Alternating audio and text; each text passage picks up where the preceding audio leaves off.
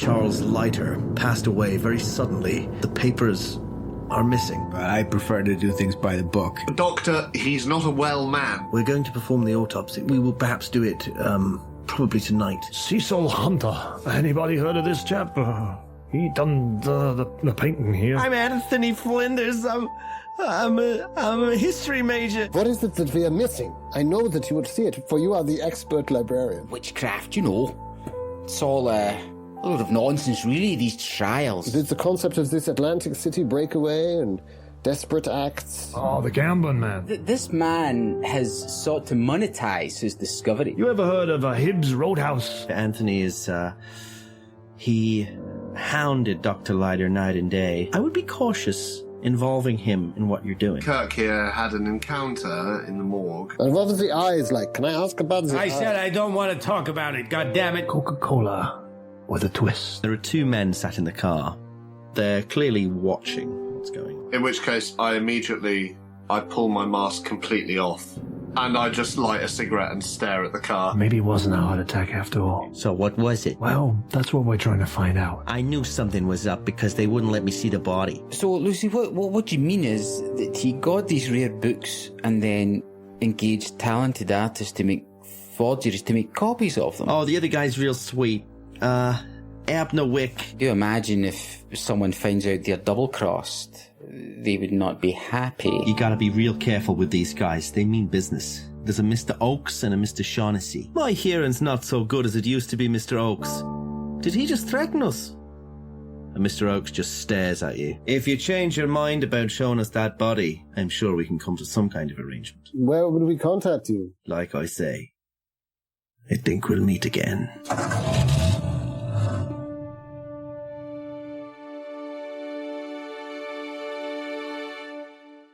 The Apocalypse Players present Crimson Letters. A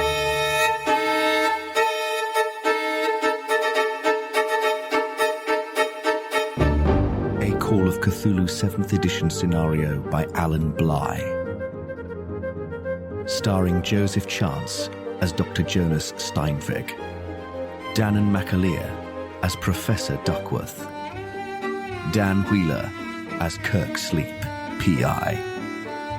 With our special guests, Doug McAndrew as Dr. Althea Montrose and Mike Perceval-Maxwell as P.J. Mahoney. The Keeper of Arcane Lore is Dominic Allen. Chapter 5, A Pause for Thought. So we're all hanging around the back door of the club. Is that where we're? The Hibbs Roadhouse. There's also, if I remember correctly, several Philly cheesesteaks going cold in the bar. Yes, yeah, there are. And a lot of milkshakes. If we wanted to chow down while discussing what to do next. I guess it makes sense if after our conversation with Lucy, we're the ones who sort of head back out onto the street to meet the others. Yeah. I think standing opposite Sleep in the rain, I say, it's raining. I hadn't noticed. I find myself dangerously close to him, admiring his masculine scent. It's all this cock measuring, you see, that's been going on with the mob. Yeah. It's got Steinweg very confused. So perhaps we should go on and join the others and have a stiff drink. That sounds like a pretty good idea to me. Let's take this inside. And I will spring up the steps as only a 56-year-old 5'4", 5'4" army veteran can. Yeah, so you're all gathered in the in this speakeasy saloon. There's no one here except Lucy because it's not open yet. She's sort of walked away and she busies herself cleaning glasses or whatever. Unless you've got anything else to say to her. So I lower my already mumbly voice and say, so it sounds like Leiter owed quite a lot of dough to the mob. We're talking something like 11 big ones. Wow. Yeah, sounds like it. But it sounds like he was making a fair bit on the side from this forgery racket. I guess that's how he was going to pay back the mob. Forgery, you say? Yeah. Very interesting. No, he was forging books and whatnot and so forth. He had that boy, the painting we saw in his office. Yeah, the boy that did that, he was in on it. And they were fencing it. Cecil Hunter, whatever. Cecil. Yeah. And they were fencing it to some guy Abnerwick. I don't know what his first name is. Well, maybe we should go and speak to this Abnerwick character. Yes. Yeah, well, he's got a store. It's called Unconsidered Sherry Trifles. That's a great name. Now, listen, I gotta ask. I'm not an expert on documents. Is there a possibility, him being a forger, that these documents that appear to be of such great concern are themselves forgeries? You ask a very good question. I think you just broke my head. You think that the documents that have gone missing are not the genuine article? I don't know. I'm asking a question. We're dealing with a supposed master forger, and there seems to be some commotion around some documents. Strikes me that there's a fair chance that forgery and documents are connected. Unless he's not forging documents, unless he's forging pieces of art. But that seems less likely. I don't know. This is very interesting. The concept perhaps of maybe making a double set, a doppelganger of the actual set. Then you could potentially sell them to highest bidder, keep some things for yourself or for researchers. I'll make multiple copies, sell them to multiple buyers on the sly. I suppose. I wonder if this predated his interest. It seems that perhaps he convinced the family to lend him the documents precisely so he could forge them. I wonder if it was to pay off the debt, or whether that debt has been accrued since, as a result of them going missing. Well, we found a lot of cash in his office, didn't we? So, yes. I guess he was selling forged documents, trying to get together the money he owed, so he could pay the mob back. 11 G's, that's right. And how do these gentlemen from the Atlantic City mob intend to pursue this debt? She's dead, gone. Oh, in the usual manner, I would imagine. They're keeping an eye start with the fingers on ourselves, and well, I certainly didn't anticipate getting tangled with organized crime within a few days of my arrival. I hope we're safe. I'd rather be tangling with organized crime than with disorganized crime. Disorganized crime, yeah, took the words out of my mouth. That's right. Now listen, I hear what you're saying. It sounds like the guys from the mob, maybe they don't fully believe that our man here is even deceased. They're keen to have a look at the body. Yes, a due diligence on their part to satisfy themselves. The debt can be written off, no doubt. So show them the body. I don't know whether that'd be appropriate. Well, just show them the body, and then that'll get them off our backs. Well, perhaps. I'm inclined to agree. Is there not a chance that that's a front? All they really want is access to the inner sanctums of the university, so they can try and steal enough to make back their debt? I mean, can we really allow organized criminals into Miskatonic? Now, listen, I've been dealing with organized criminals for a long time, and I think PJ the same, and this would be the first time I heard of the mob making a heist on a university campus. It's they're any sense. They're only interested in whatever they can make a buck out of. You know, if they think they're gonna make money out of it, they're interested. But they don't care about what's in the documents. They're just that their worth. That's the only thing that they care about. Well, I suppose there is another autopsy at 8:00. I suppose, how would we contact them? Well, I'm sure we could put out word somewhere. What was the conversation we had with them? Did we let them know that there was going to be an autopsy at 8 o'clock? Did we leave it that we might see them there, or was that... No, you said... they said, we'll be in touch. Yeah. And you said, well, how do we get in touch? And they said they would... They'll turn up. It was very much that they will come to us. Yeah. But not in a and good then way. The parting shot was, let us know if you change your mind about showing them this body. I see. Well, perhaps that does make sense. Yeah, so it sounds like they'll come to us. We got a bit of time, perhaps, to decide what call we want to make regarding the autopsy. What time is it? Does anyone have a watch? No, I don't wear a watch anymore. Yeah, of course I do. Yeah, I got a watch. But would you mind looking at it for me? Yeah, well, of course, it's only the afternoon, isn't it? Yes, it's probably lunchtime. That's why we ordered these Philly cheesesteaks, right? Yeah, my stomach's rumbling. It's cheesecake's not going to eat itself. Might I suggest that we make a visit to this Abner Wick character and see if he's got any more information about what the nature of the forgeries is? I was wondering, detective, private detective asleep. Do you think that the young lady is safe? You sounded like a hypnotist there. Why do you guys do that, don't you? Private detective, sleep. Feeling in a safe space. The young lady. Oh, you mean the broad you were speaking to in here? Well, I mean this young lady. How attractive is Miss Stone? On a scale of 1 to 100. That's a good question. Yeah, I can probably give you a number, can't I? Lucy Stone, I would say that... Oh, she's smoking. Wow. She's probably about as good... If it was out of 100 and you had to roll, a number of D6s and times it by 5, she's probably the highest you could get. Wow. And is she tall? She's 9 out of 10. What's she doing working in a cheap speakeasy? She should be on Broadway.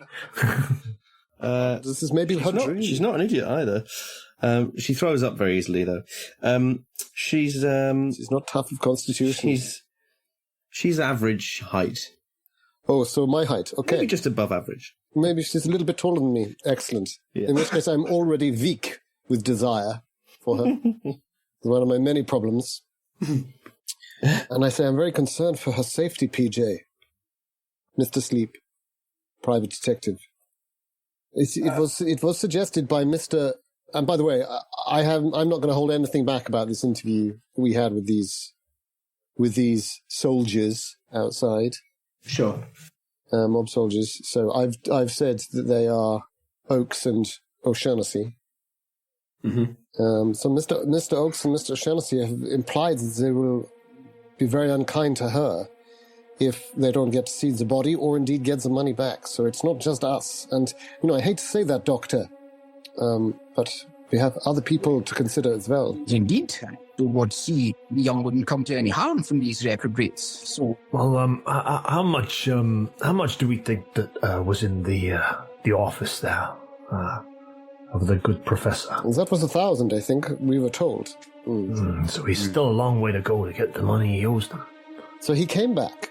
Yeah, he came back from the trip to Atlantic City and called in all of his debts. This is what one of his enemies tells us, so it is not necessarily a reliable witness, but I think I got the impression he was telling us the truth. I think we all did. This Roach fellow, he was not to be trusted, we all agree. But so when Leiter comes back, and this is the position he found himself in. He gets 1,000 maybe. He's got another 10,000 to try and find. I'm having something of a thought forming in my head. Yeah. I'm thinking to myself, he's trying to make some money out of the forgery of documents. Maybe his partners have done a double cross on him. Maybe they got wind that he's got this document that he wants to make a copy of so that, he can make a goodly sum out of it to go towards paying them up back. And maybe these guys, what are their names now? Abnerwick and Hunter. Maybe they maybe they had little aside conversation and say, take him out of the equation and we can make a few bucks for ourselves. Yes, it What do would you make think? sense. And no one else has the motivation except for I'll tell you what. the family who've already lost it. If this pair in the car were to get wind of their little scheme, I dare say they might think it an idea to pick up where Leiter left off as a way of continuing to cash in on it. So, I mean, I don't know this Hunter, but we should go and see them, certainly. Yes. Yeah, I'm thinking that's what these criminals do they not? They see people they can take advantage of, make easy money without getting their own hands dirty. Not that I know such things, of course, but, well. Yeah, maybe they reckon they didn't need him anymore. Yes, I agree. I think they're our best recourse before the autopsy this evening. Make a very good point. I think that's wise. I mean, the only other people who were desperate to get these papers that we know of would be our young student friend, but he wouldn't have been skulking about like a stranger if he'd got his hands on them, and the family are clearly missing them. That's part of the Dean's problem. So who else would have had motivation to steal them? No one that we know of. Do we know where this Cecil Hunter, where his residence is? Yeah, this is going to be my next question as well about the Cecil. I'm sure we could find out from the university. They might have some idea, even though he was expelled. Yes, what do they call it? Rusticated, isn't it? Is that the English term for it? No, I think that's what he was doing, and that's why they kicked him out.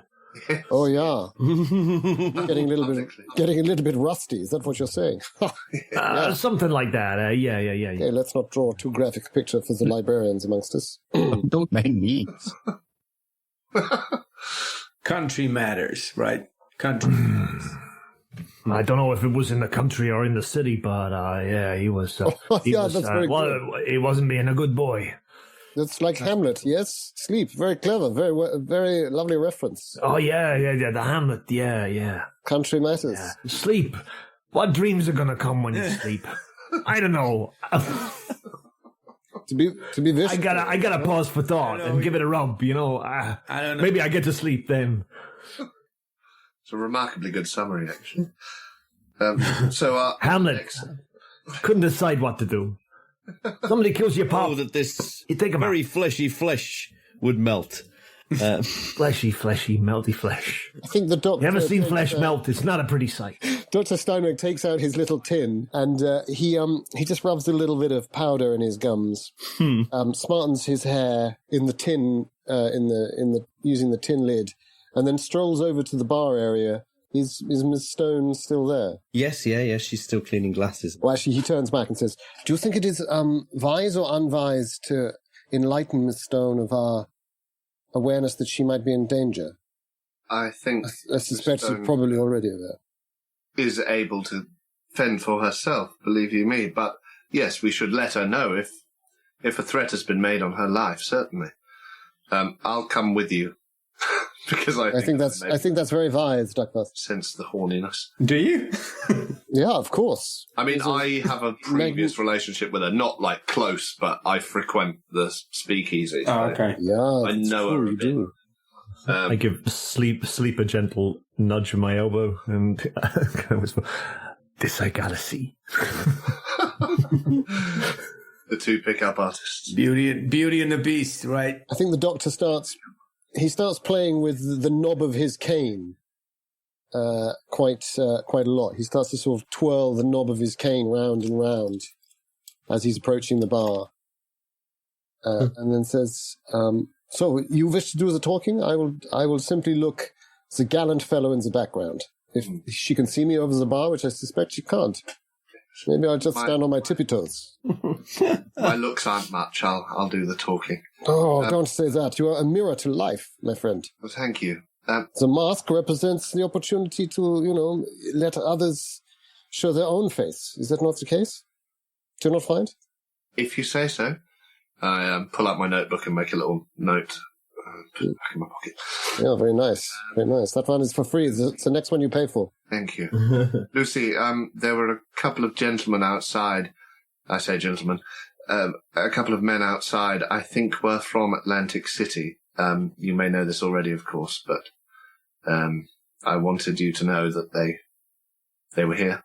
Of course, if you'd feel safer coming with us, you're more than welcome, but I don't think that's the case. Where are you going to go? Well, we're going to head back to the university and find out a couple of addresses. There's some people we need to talk to. But I can keep you informed on our progress. I think they were here about the money owed to them by Leiter, and they don't believe he's dead. So we're going to prove to them that he is. I'm afraid to say we will invite them to the autopsy. But it seems the only way to get them off our backs and your back, of course, as well. So I thought I'd just fill you in. It seemed only fair. Okay. Well, thank you. And, yeah, hopefully, I just think, I gotta get out of here. If you do feel that you have to leave, I beg your pardon, Dr. Steinweg, Dr. Jonas Steinweg. We didn't get to introduce myself. I didn't get to introduce myself to you earlier. Ms. Stone, if you do need somewhere to go, we are representatives of the Miskatonic University, and you would be very, very welcome in my rooms if you wish to go there for respite away from the issue. Or equally, I'm sure we could find you your own rooms. I look at Duckworth as if to say, really? In fact, I think he starts to mutter something out. I'm not sure the bursar would agree to that, really. You're giving out free rooms? I have to pay for mine. You don't pay for your rooms? Do you have tenure? There's at least one student here who's going to be spending a few nights in the infirmary, so I imagine they've got some... Yeah, that is true. Yeah, of course. But anyway, You're both very sweet. It is not a question of sweetness, it is a question of safety. Please, my... Safety I'm not so worried about. It's money that's my problem. Oh, I see. Yeah. If I could get enough money, I could get out of here. You mean for a ticket? No, I mean like some money I could get away with. I see. Unfortunately, the wage of a psychotherapist is not what it was. But yes, well, we'll talk about this later. Well, as I say, should it come to a last port of call, come either to Dr. Duckworth or my rooms, Dr. Steinweg, and we will make sure that you are looked after. There is security on campus, always remember. That guy, she says, pointing to PJ, in his Miskatonic security uniform. He's tucking into a cheesecake. We must not let appearances fool us, should we? We make for an unusual crowd, and yet they're not to be underestimated, my good lady. Anyway, I'm charmed. And he clicks his heels together in an old-fashioned, old-worldly way, raises his cane to his forehead, and turns smartly, narrowly avoiding a chair that he walks into.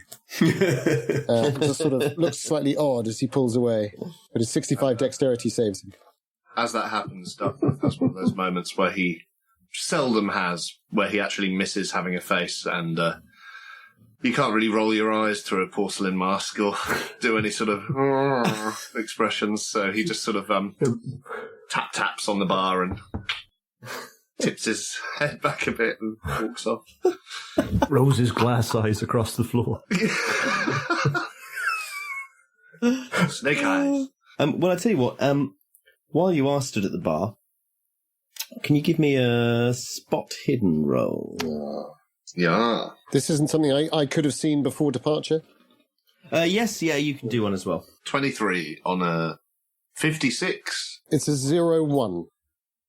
Fucking hell. So, obviously, I'm so taken with her that I'm desperately looking for some kind of piece of information. Well, so you both succeeded there. Yeah. It's not so Talk about underplaying it. Blew it. Yeah. Underplay is 0-1. I've wasted my best You roll. succeeded, yeah. Oh, sorry, you got a 0-1. Sorry, I was reading something. Fantastic. Well, in that case, Congratulations. How they die. I was reading my book. Are you still going? You're still here. Fantastic. So, Duckworth, Professor Duckworth, you feel something. It's almost like it's just a sort of weird feeling, like you're being watched. And when you look up, in fact, probably you both experienced this, you see the glasses on the wall behind her. They sort of... The light is very dim in here right now, but what light there is catches on them like eyes, like you're looking at a wall of eyes. It's quite unnerving, except on your 0-1, Steinweg, you look a bit closer and you see that every single one, the reflection in every glass looking at you, is the face of Charles Leiter, and he looks horrified. Can you give me a sanity roll? Yeah. Yes, please. No sanity roll for Duckworth. No. You just sort of Blech. you just get this weird feeling like someone just walked over your grave or something. Yeah, That's your shiver. special prize. Or like something bad is about to happen. You get that sort of weird, Yeah. get the shivers. Oh my god, I've done it. I've passed it. I forgot he's got really good sanity. Damn. So you lose 1 point of sanity. Okay. Duckworth, you notice Steinweg is sort of suddenly like leaning, trying to lean across the bar and is staring at something. And at that moment, the telephone rings at the end of the bar, and Lucy goes, "Listen, you take care of yourselves. I know how to take care of myself. If you find a way for a dame to make a bit of money to get out of this town, then you let me know." Yes. And she goes over and answers the phone. Excellent. I sort of turn to... my friend, are you all right? You look like you've seen a ghost. How funny you should say that. Yes, I suppose it is the common expression. Let us rejoin the others. Yes. As we're walking back, I think he continues, I have the strangest sensation then. I felt that I saw Leiter's face. This could be a monomania of something that I've missed. I've not been entirely forthcoming.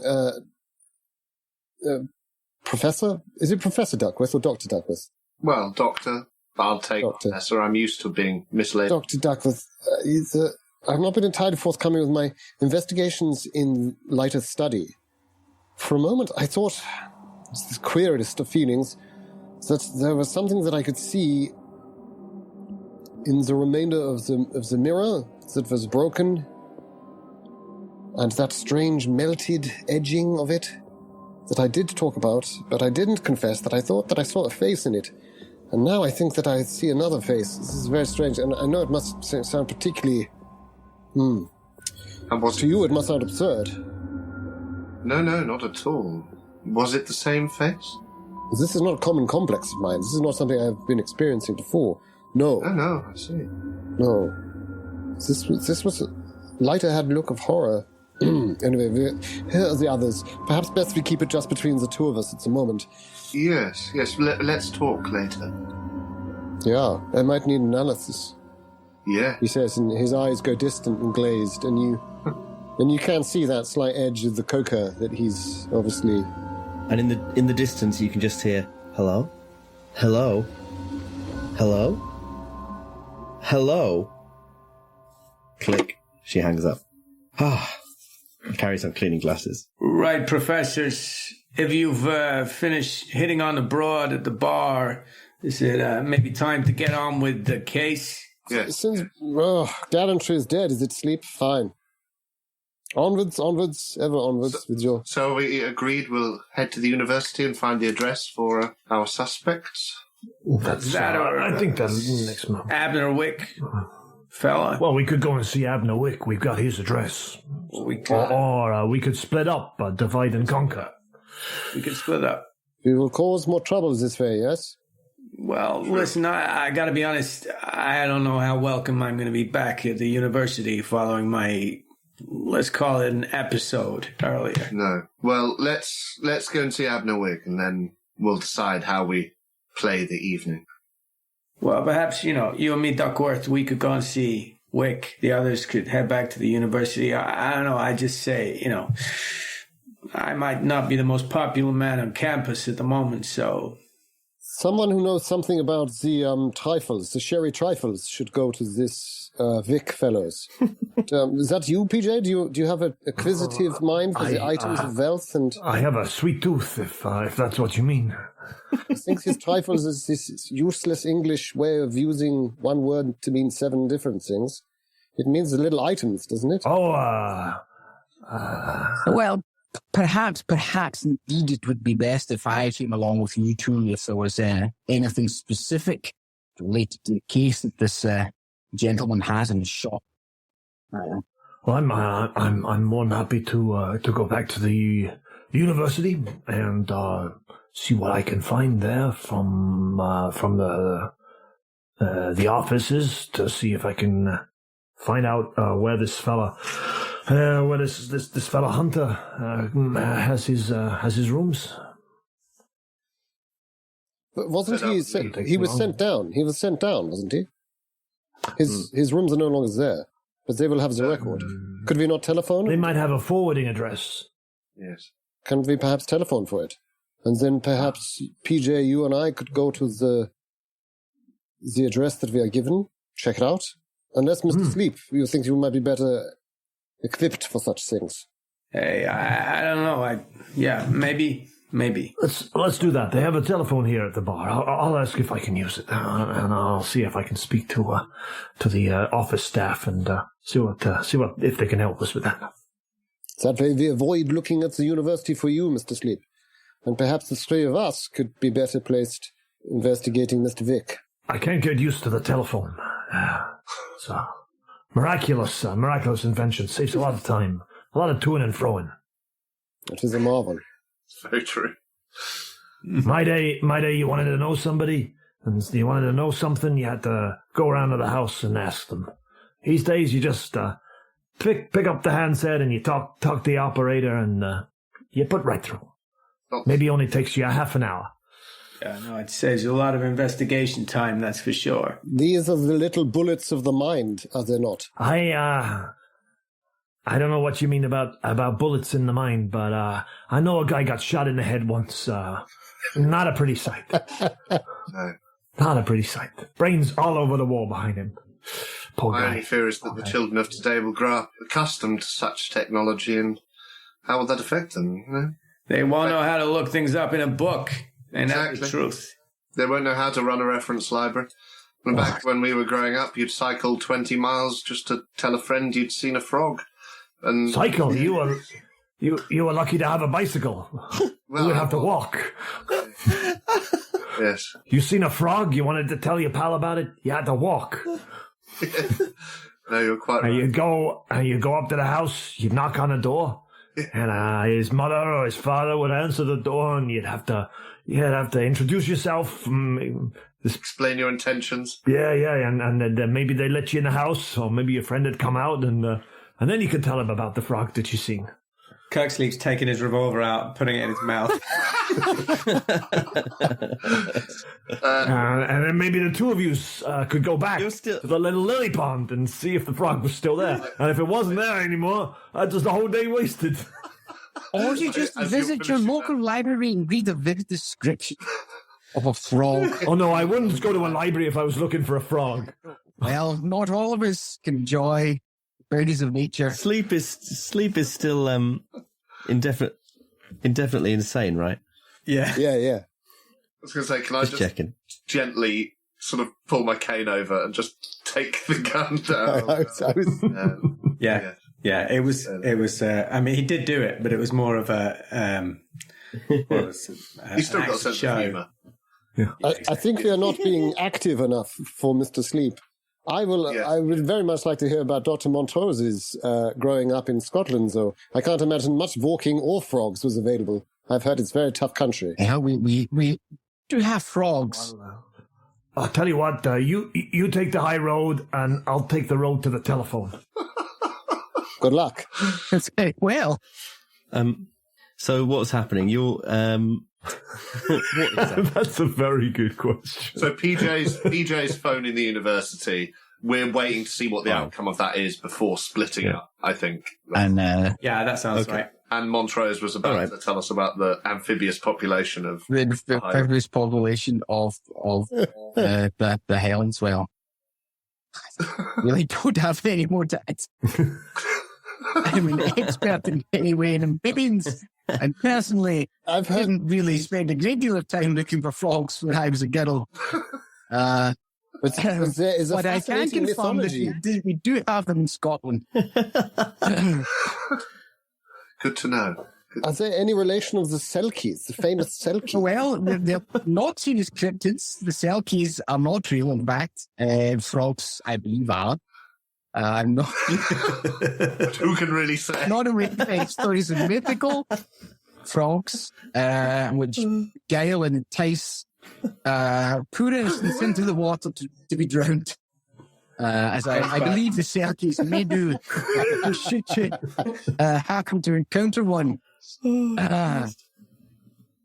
Meanwhile, on the telephone. Yes, hello, operator. Could you put me through to the central office? Operator. Yes, hello. Could you put me through, please, to the central offices of Miskatonic University? It's Patrick Joseph Mahoney here, wishing to speak to somebody in charge of departmental records. Miskatonic University. At which point, outside, there is this distant rumble of thunder. One moment, please. Thank you. Click, click. A strange click, operator. Not particularly smooth, if you ask me. Can you give me a listen roll while you hear the clicks going in and out of the switchboard? Click, click, clickety, click. Oh, that's quite a good roll. What's my listen? Yes, that is a success. I got 20 out of 35. Fantastic. After a few seconds, you hear this click, and you hear it's sort of a heavier click, and you hear the Miskatonic University switchboard operator take over. Hello, Miskatonic University switchboard. But before that happens, just before he speaks, you think you hear something in the sort of crackling static momentarily, in the eerie sort of whistling silence. You could swear you hear a voice. Sounds familiar somehow, saying, they can't be trusted. Some of them aren't. Some of them aren't real. They're forgeries, for God's sake. They're fake. I don't know what to do. I don't know what to do. There's just so many of them. There's too many of them. And then you hear the... Hello, Miskatonic University switchboard. What department do you require? Yes, sorry, I think we had a crossed line there. Somebody seemed to be speaking. Is this a party line I'm on? No. Is that you, Marjorie? Yes. It's PJ Mahoney here, Marjorie. Oh, PJ. Hello, how are you? How's your boy? Very well. I don't have time to small talk. Do you want the security department? No, I'm looking for the central office. If you'd be so kind, please. The registration office. One moment, please. Thank you, my dear. Thank you.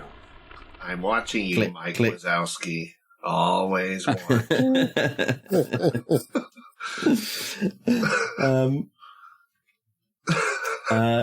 The sort of the silence comes in again, the sort of whistling static, and once again you think you hear something. Do you say it sounded like a vaguely familiar voice? Can I make like an intelligence check or something to recognise it, maybe? Yeah. All those checks you don't necessarily want to do well.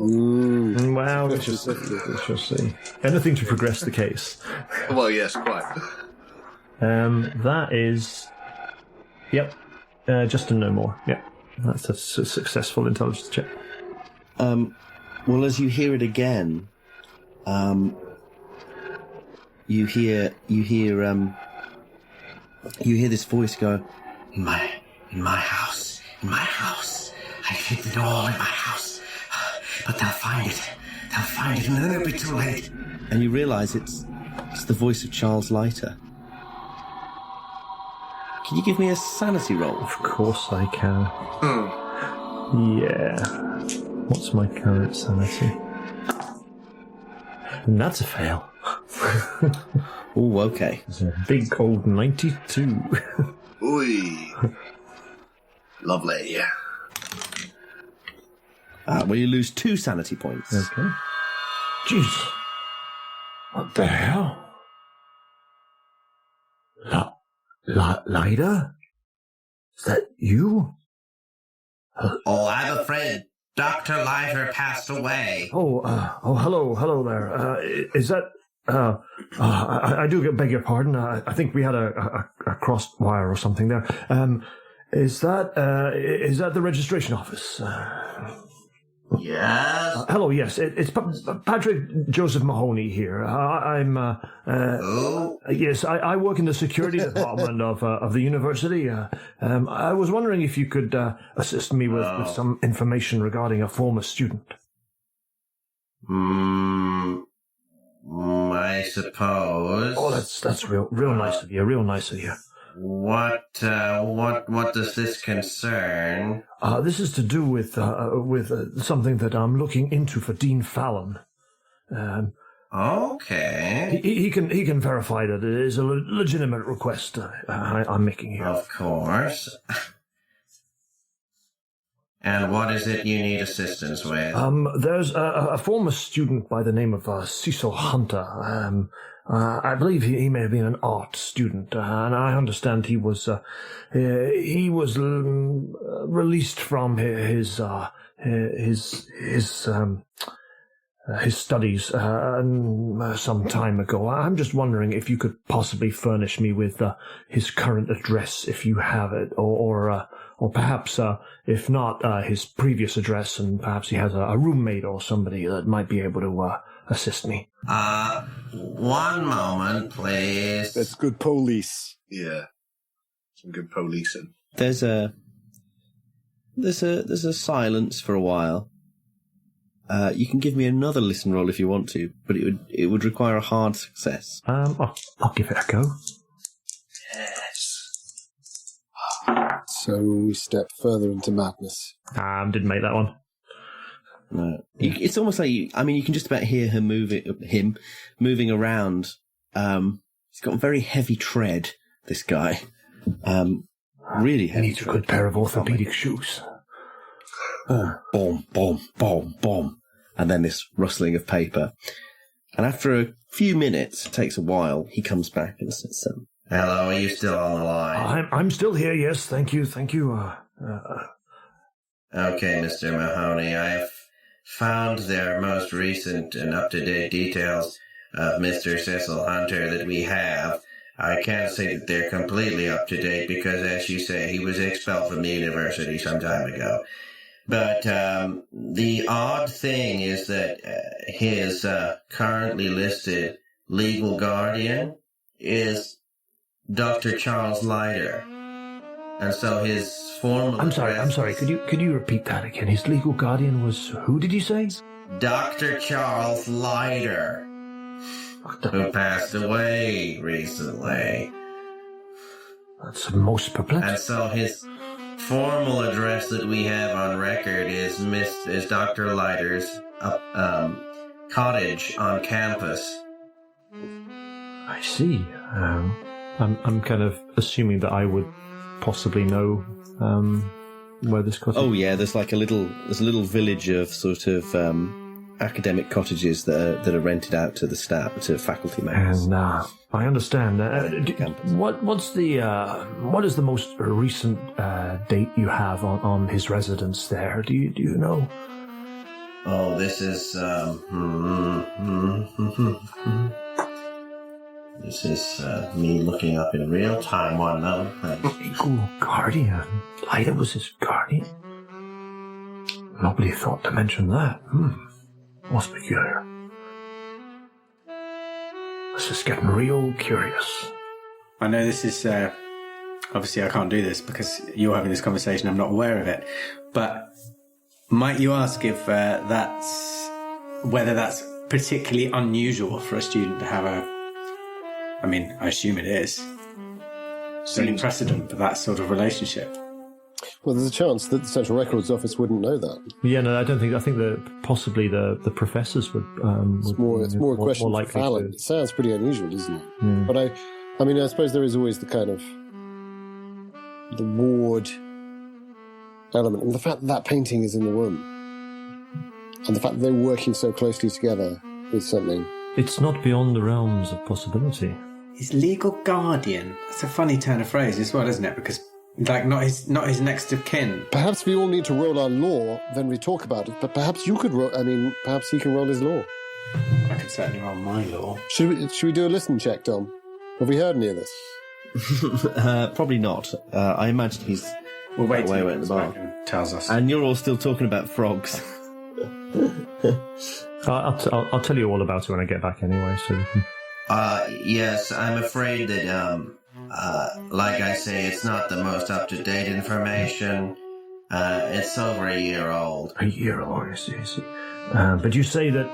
shortly before he was expelled. You say that Professor Lyda was Mr. Hunter's legal guardian. Is that correct? Yes. I have taken you correctly. At the time this record was made, that is correct, yes. Well, thank you very much. What was your name again? I'm sorry.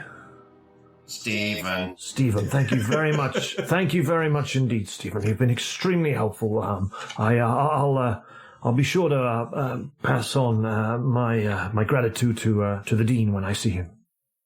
you won't remember my name. No one ever does. Of course I'll remember your name, David. Now, I'll... I'm only joking. Your name's Stephen.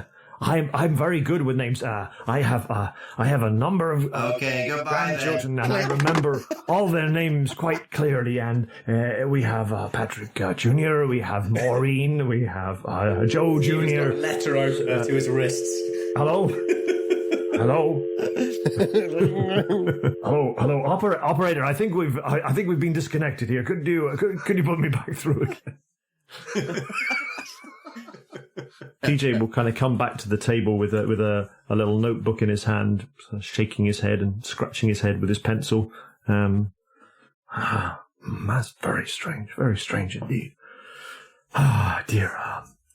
TJ, did you learn anything? Oh well, yes, I did. I did learn that Stephen, who is the young fellow who works at the administrative office's registration in the university. He's a strange fella. I think he might have a club foot or something. The way he walks about the office, I think he should possibly see some sort of a bone specialist about that. Very heavy tread. Very heavy tread. Yes. Oh, sorry. Yes. Now, no. Well, it turns out, and I'm not quite sure what to make of it. That well, according to the records, at least until a year ago, Cecil Hunter was the ward of Professor Leiter himself. Leiter was his legal guardian. I'm thinking perhaps Hunter was an orphan or some such. Well, it's strange circumstance. I wouldn't know about this in terms of the story. I mean, I work at the university, but I don't have any prior knowledge that there was some relationship between those two, or that this student lived on campus before he was expelled. I guess I never saw him, or... Not necessarily, but you could... would you know anything about this? I don't think I think it's fair to say I didn't, because I didn't recognise his name necessarily when we saw the painting. Yeah. I was just, do I have any knowledge of that being a precedent that's been set before, like students staying with? No. Okay. No. So it is an odd. Perhaps it's just a situation where I don't know, Leiter is his uncle or a friend of the family. Perhaps the boy's an orphan, and or that he fell on hard times. And I just invited Miss Stone back to our rooms, did I not, Dr. Duckworth?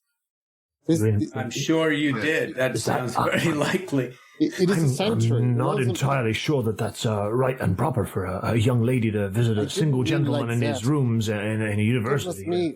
I meant it in terms of being more safe under your protection. In fact, Well, I dare say we could find her accommodation, but I think for a single young lady to be visiting a single young gentleman I did not mean like this, PJ. I meant as in, for an example, it is a place of sanctuary from the old tradition of the medieval times. The university was a place where, the wall was high. It is hard to... So what was high?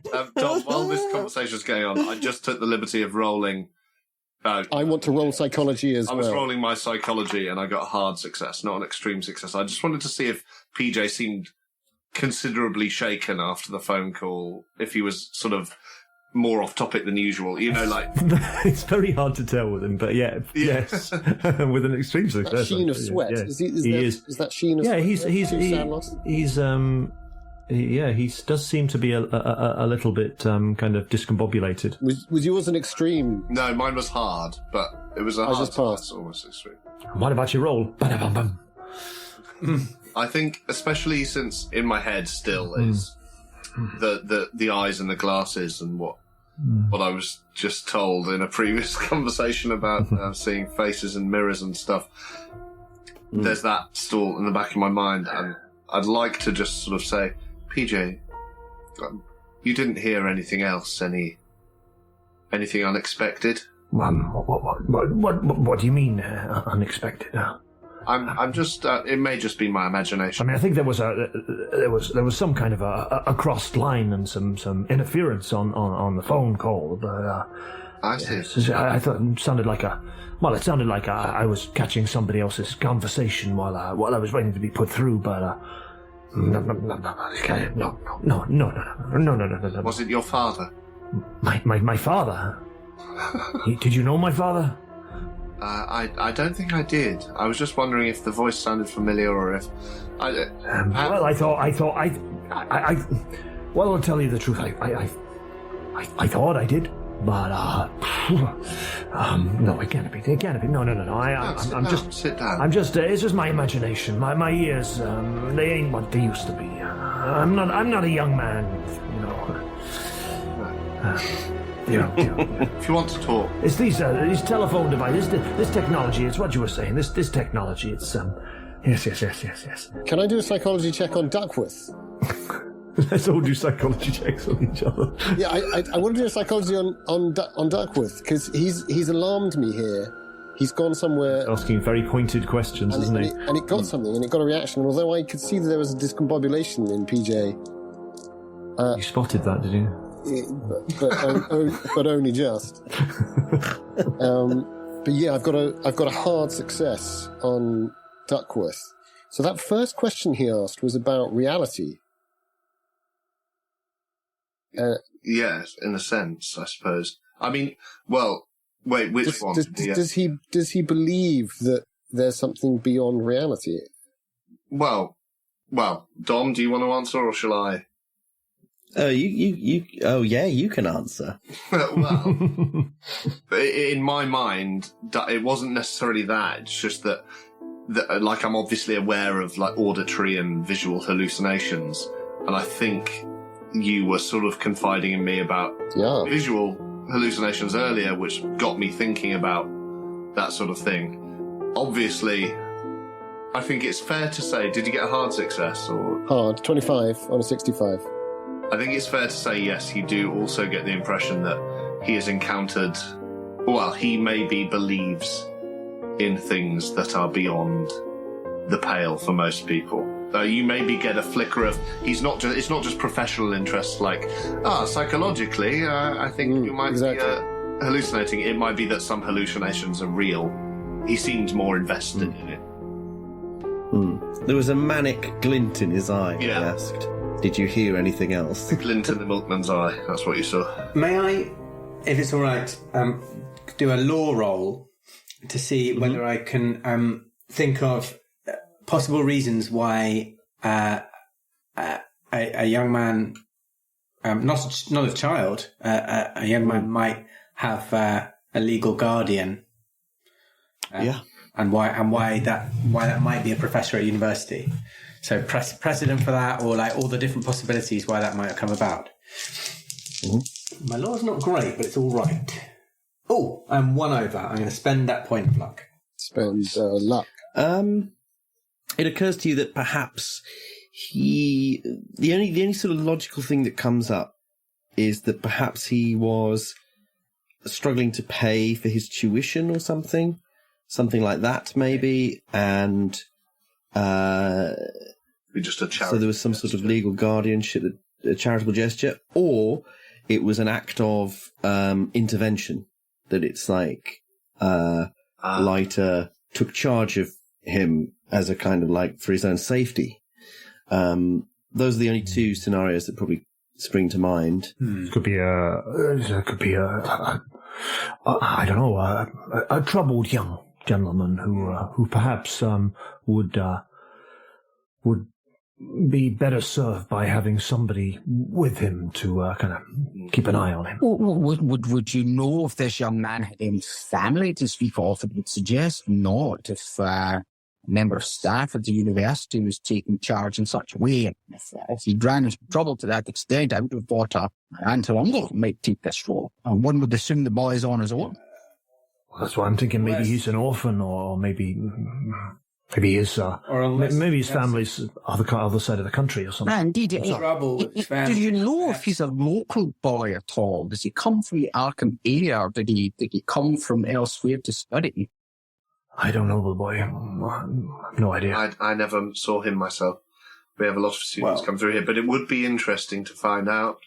Useful. Listen, my reservations about setting foot on campus notwithstanding, I'm now really interested in getting inside Dr. Leiter's cottage. Well, yes. And whether there's any evidence of this Cecil Hunter kid. I think that that might be the place to find it if there's any paperwork regarding his guardianship or whatnot. Might be able to see how recently he was there. Yes. And if he still has access. So, where do you want to go? We're going cottaging.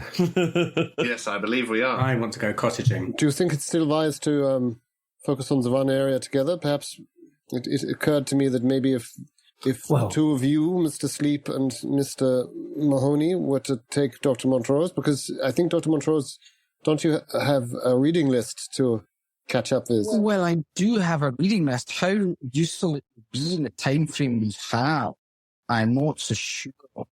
I'm annoyed I've not heard of these documents in my travels. I really am. I wonder if going to see Wick and speaking with him without delay maybe a better use of my time rather than a little like breaking and entering. I leave that to you, Mr. Sleep. All of your cause, of course, but perhaps, yes, if I go and see Wick, someone else wants to come with me. No, it's you have given me pause for thought there, because you speak of breaking and entering. Are you speaking of the professor's cottage? Well, because I believe we could get the keys to his cottage from the dean. I suppose it is university property, so I perhaps misspoke, perhaps a little melodramatically. Sure, you could get key and make it all legitimate, as it were. Absolutely, yeah. Yes. Yeah, I'm sure I'm sure the dean would be more than happy to assist us with this, bearing in mind his keenness to retrieve the papers. Well, if we're thinking of splitting the group, as it were, I certainly would like to accompany Mr. Sleep here. I believe we found some useful chemistry in our last outing. I mean, obviously, I just don't want him to kill anyone. Exactly. You talk about the That's true. He has psychoanalyzed me, I think. Yeah. I did start narrating your inner monologue at one point, and that worked, so maybe I could try that. Where is the sherry trifle? The unconsidered trifles. Where is it in town? I'm not so... It's sort of near the edge of the middle of town, so it's not far from Hibbs Roadhouse. Potentially we stop in on the way and then we go back to the cottage. Dr. Professor, what's a... well, yeah, are we all travelling together, or shall we go and speak to Mr. Abnerwick, or... Well, if it's on the way back, then perhaps a couple of us can pop in and see comes of it. Yes. Yeah. I would be very happy to accompany you. This morning, I like to work alone, but it's been made abundantly clear to me that that's going to be impossible on this job. However, I get the feeling that 5 of us bundling into this cottage, if the Cecil Hunter fella is there, hiding under a bed or in a closet, the fewer the better in terms of not disturbing him. It may psychologically freak his nut out. I will accompany Dr. Montrose to the Abnerwick shop. You and I, Varton. I don't know, Mr. Mahoney. Just in the off chance there was any bother there, perhaps you would come with her. Yes. The doctor and I, the 3 of us, shall go and see Rick, and we shall leave you two to investigate Dr. Leiter's pocket and then reconvene, perhaps. Seems agreeable. Reconvene at the inconsiderate Pavlova. Oh, no. I'm not familiar with that place. Does it do good, Pavlovas? The unspoken trifle. I think, or perhaps meet up at Leiter's cottage. I imagine there might be stuff for everyone to look at, but I'm just suggesting the first entry might not want to be 5 people. So by the time you meet us there, hopefully. Me and you sleep. I suspect strongly that we go and see Mr. Abnerwick, and he either doesn't tell us anything, and we have to merely surmise through his attitude and behaviour what we believe to be the case, and perhaps a little judicious inspection of the wares of his shop. Don't be afraid to rough him up a little. I know guys like this Abnerwick. I know I haven't met him, but the sound of his name, don't be afraid to rough him up a little. Well, we'll play it. We'll play it nice and easy to start. See where it takes us. It may be that we exert a little pressure on him, and he'll spill the beans, so to speak. Right. Shake the biscuit tin. Yeah? A little gentle pressure in the right places can do wonders. Yeah. And but either way, I don't anticipate us being there for very long. So I think it's probably easiest if we join you up at the cottage, and we can compare notes there. Are you actually wearing a uniform as well, PJ Mahoney? Well, it's sort of a uniform. You might call it a uniform. It's more a kind of a pair of work jeans and jacket and a kind of a khaki shirt. Yeah. So you mean one of those sort of French chalk coat kind of things, like a blue chalk coat with maybe a badge. Yeah. So potentially the badge is something you can take off, and then you look like a regular Joe. I've got another jacket. But I'll have to go back to the house to get it. Mahoney. Does PJ stand for pair of jackets? Pair of jackets, Mahoney. That's what it's for. It's my Sunday jacket. I wear it when I go to church. So to clarify, Sleep and Duckworth are going to the cottage. Yeah. And the rest of you are going to Unconsidered Trifles. I don't want to go meta, but is that enough people going to the cottage? It is. Yeah. Duckworth can handle himself. As far as we're concerned. But, Duckworth doesn't have a face or a gun. I think initially it is. I suspect that you will all end up meeting us there. I think Joseph, you might be in the same place as me, which is I'm remembering on a previous campaign going into rooms full of paintings and suddenly realising that things are a lot more dangerous than I think I know what campaign you're talking about. Yeah. And oh boy, yes. The old fears come crawling back. Yeah. But it'll be fine. It'll be fine. It'll be fine. Well, Yeah. Well, it might not be a bad idea when you're in the cottage just to have a little have a little snoop about, see what you can see.